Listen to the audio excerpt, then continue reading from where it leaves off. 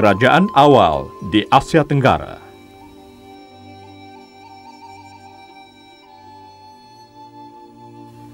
Kemunculan kerajaan awal di Asia Tenggara bermula dengan kewujudan pertempatan kekal di kawasan yang subur seperti di lembah-lembah sungai. Pertempatan di lembah sungai ini kemudiannya berkembang dan akhirnya menjadi sebuah kerajaan agraria. Kerajaan agraria yang terkenal di Asia Tenggara ialah Kerajaan Funan dan Kerajaan Angkor.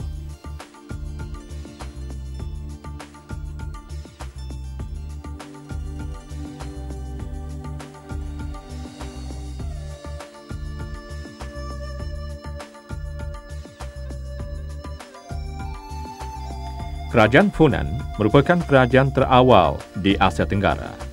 Diasaskan pada abad pertama Masihi dan terletak di muara Sungai Mekong.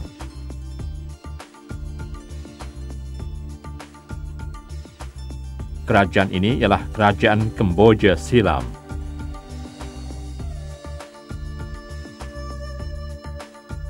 Pusat pemerintahannya terletak di Biadapura, iaitu berhampiran bandar Phnom Penh moden.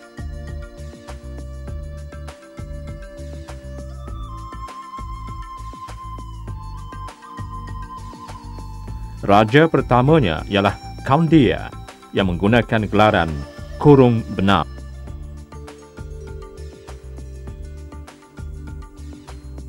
Kerajaan Funan mencapai zaman kegemilangan di bawah pemerintahan Fan Shih Man pada awal abad ketiga. Fan Shih Man juga merupakan seorang jeneral yang agung.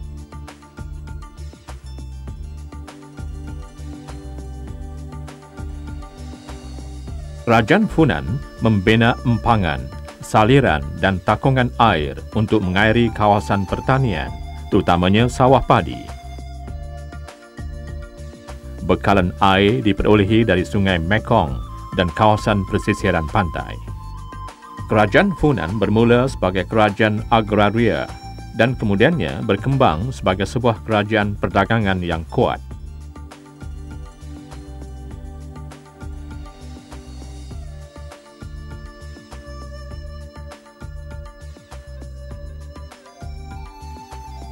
Pelabuhan utamanya ialah Ok Yew dan Sungai Mekong merupakan jalan perhubungan perdagangan utama.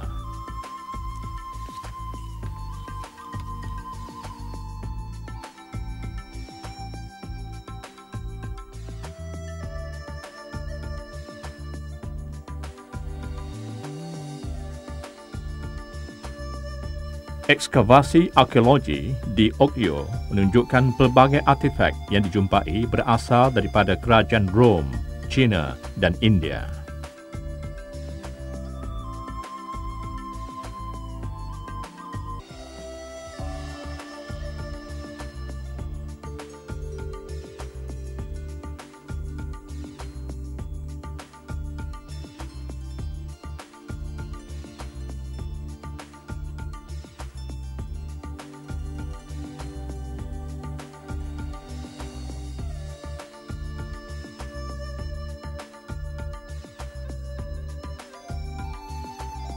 Sebuah lagi kerajaan agraria di Asia Tenggara ialah Kerajaan Angkor. Diasaskan pada abad ke-7 Masihi dan merupakan sebuah kerajaan agraria yang kuat dan agung di lembah Sungai Mekong. Pusat pemerintahannya terletak di kawasan hilir Sungai Mekong.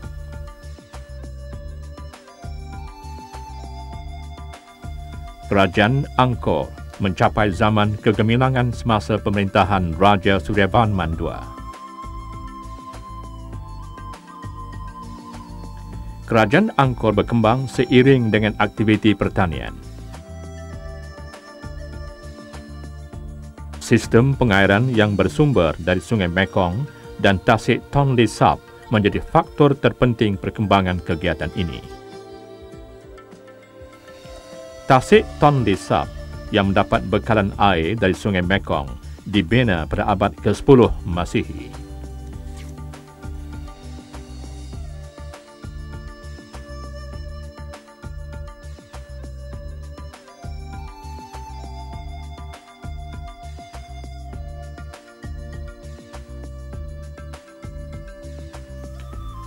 Tasik Tonle Sap menjadi punca air utama untuk mengairi sawah padi.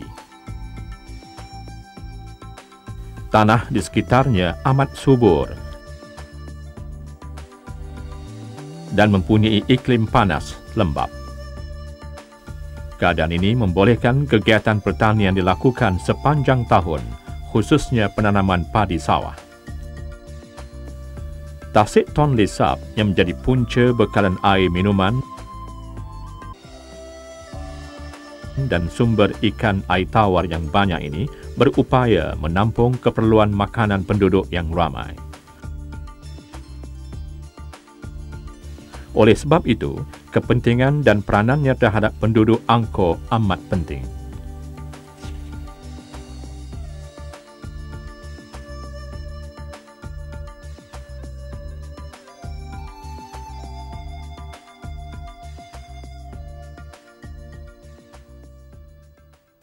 Tasik Tonle Sap ialah satu tasik buatan manusia yang memang sengaja dibuat oleh kerajaan Angkor untuk membantu memperkembangkan kegiatan ekonomi pertanian dalam kerajaan pada zamannya. Tasik Tonle Sap ini juga memberikan kepentingan yang banyak kepada masyarakat Angkor umumnya. Yang pertama, Tasik Tonle Sap ini satunya ialah menjadi nadi kepada kegiatan ekonomi. Sebabnya ialah Tasik Tonle Sap menjadi sumber kepada aktiviti pertanian, dan Tasik Tonle Sap ini merupakan sumber protein sebab Tasik Tonle Sap ini mempunyai hidupan aqua yang banyak seperti ikan, dan ikan-ikan ini menjadi sumber protein kepada masyarakat di sekitarnya. Ya, selain daripada itu, Tasik Tonle Sap ini juga sebagai satu sistem untuk mengawal banjir, merujuk kepada fenomena banjir yang berlaku di Sungai Mekong. Jadi Tasik Tonle Sap ini dibuat bukan berhampiran dengan Sungai Mekong, tetapi telah dibuatkan satu saliran daripada Sungai Mekong menghala ke Tasik Tonle Sap. Dan Tasik Tonle Sap ini merupakan satu kolam besar, dan apabila banjir berlaku, air limpahan banjir itu akan masuk ke dalam Tasik Tonle Sap, dan dengan itu tidak akan berlaku fenomena kebanjiran ataupun limpahan air tidak akan berlaku di kawasan pertanian.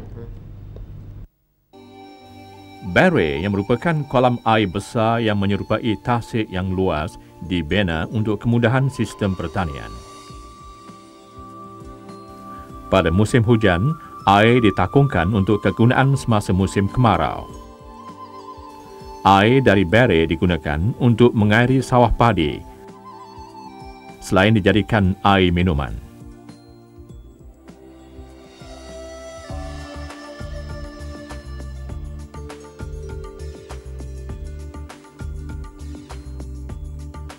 Pembinaan Baray membolehkan kerajaan Angkor memperoleh hasil pertanian yang banyak.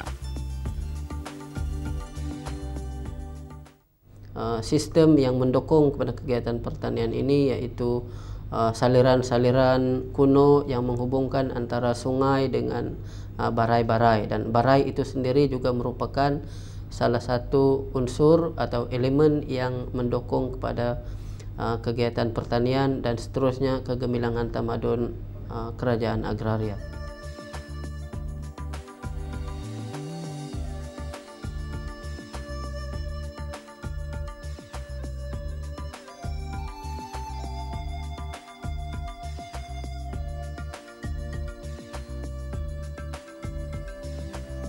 Sistem pemerintahan kerajaan Angkor tertumpu kepada raja yang berkuasa mutlak dan dianggap sebagai Dewa Raja. Raja dibantu oleh kerabatnya untuk menjalankan tugas pentadbiran.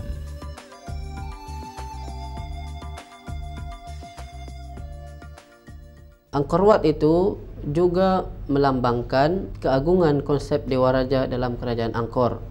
Dan Angkor Wat itu juga merupakan satu elemen yang menyokong kepada kuat ataupun tertegaknya konsep dan pengamalan konsep Dewa Raja dalam masyarakat Angkor itu, atau masyarakat Khmer dalam kerajaan Angkor itu. Pembinaan Angkor Wat ialah bukti kerajaan Angkor menerima pengaruh Hindu-Buddha. Keadaan ini menjadikan Hindu-Buddha sebagai agama utama.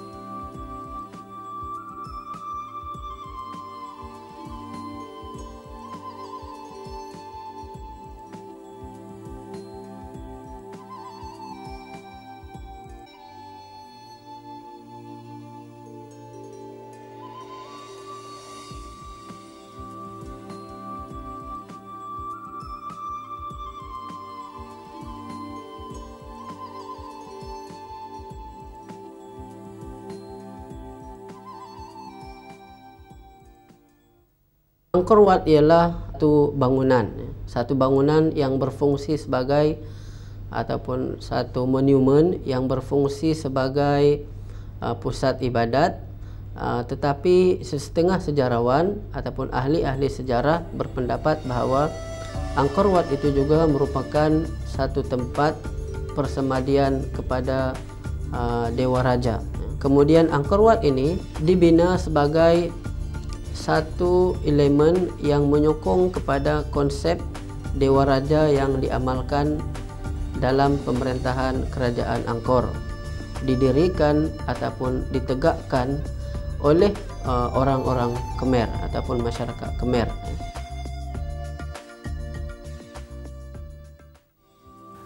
Angkor Wat yang menjadi rumah ibadat dibina oleh Raja Suryavarman II pada pertengahan abad ke-12. Rumah ibadat ini memakan masa selama 30 tahun untuk disiapkan.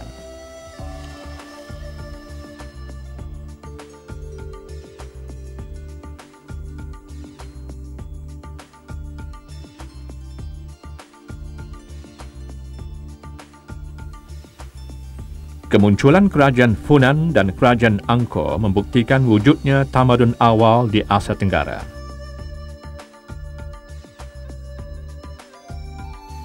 Pada awalnya, kerajaan ini bergantung kepada sumber alam untuk meneruskan kehidupan.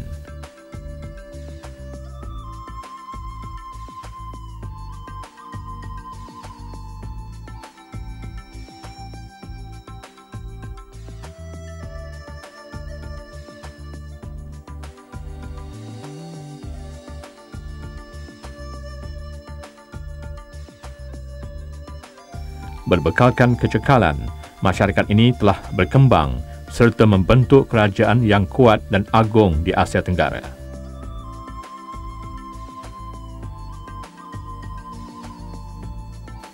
Kegigihan usaha untuk menguasai alam sekitar seperti membina pengairan untuk meningkatkan taraf hidup boleh menjadi iktibar kepada kita bahawa kita boleh mencapai kemajuan sekiranya kita memanfaatkan setiap kurniaan Tuhan dengan sebaik mungkin.